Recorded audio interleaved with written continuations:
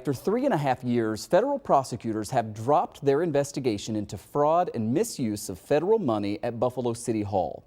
Today, documents around the case, the complaint, and the allegations are now unsealed. Now, you might remember this raid on City Hall, boxes and boxes of records carted away in 2019, came 2 weeks before a false claims lawsuit was filed against the city. The person behind that complaint was the former chief of BURA, the Buffalo Urban Renewal Agency.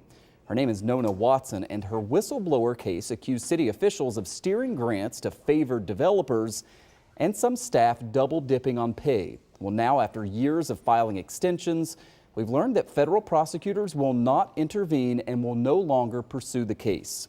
This is a story our partners at Investigative Post have been following closely, and joining us live now is reporter Jeff Kelly. Jeff, this is one of those stories that's been going on for so long. For years, well, literally for years. Literally for years. We think we have a conclusion, although maybe not. It's not really clear. Exactly. Yeah. Bring us up to date. I mean, when this gets unsealed, we obviously can look through a lot of stuff. What have we gleaned from this now being at least partially kind of open to the public? Well, we can see the allegations that Nona Watson, who is the former director of BURA, filed back in 2019, as you said, right before that FBI raid on, right 2 weeks after that raid on City Hall.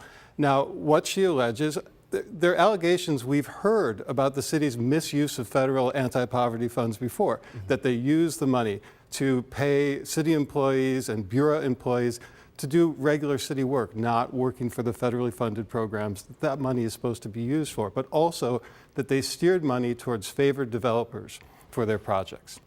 So prosecutors here, we get this very kind of a short letter, right? Basically just saying no longer pursuing this. What do we know? This is from the U.S. Attorney's Office here in Western New York. What do we know about why that decision was made? In a word, nothing. Nothing. The U.S. Attorney's Office has no comment, repeatedly no comment, and Nona Watson and her attorney are also choosing not to go on the record with any comments. What I understand from Nona Watson's attorney is that she has put this behind her and has no interest in pursuing this as an individual claimant, which she is free to do.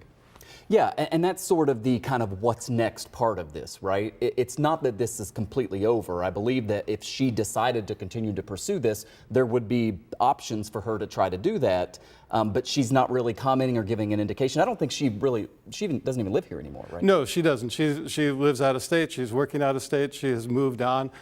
She could, if she wanted to, which clearly she does not, pursue a wrongful termination complaint, something like that.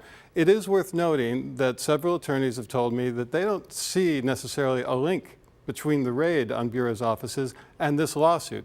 The timing doesn't work out quite right, and so it's not clear. There may be something still going on, there may not be.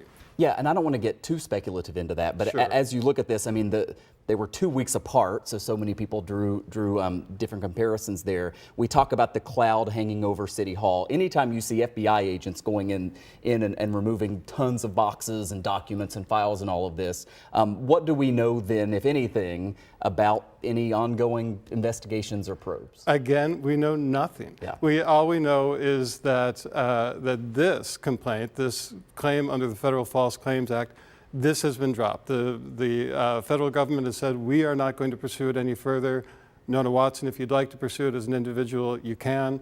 But they do not weigh in on the legitimacy of the claims or provide any information about their apparently 3.5-year investigation into those claims. They just say, we're not doing it, you can if you want. Do we know how, if at all, BURA has changed as a result of, maybe not as a result of the raid, maybe as a result of the raid or as a result of this? I mean, anything that you know of substantially that they have tried to change there under this sort of cloud of suspicion? Well, in the years after the raid, there was some restructuring of BURA and its procedures. I was told by the mayor's spokesperson, Michael DeGeorge, that there was absolutely no settlement that brought this case to an end. There's no indication that those changes were a result of that, but they did come afterwards. So, make of that what you will. Yeah. All right, Jeff Kelly is a reporter with our partners at Investigative Post. Jeff's article is up right now, kind of digging into all this. Again, a years-long issue that maybe we get a little more clarity on, if not a full conclusion. We hope so. Yeah. Jeff, thank you very much. My pleasure.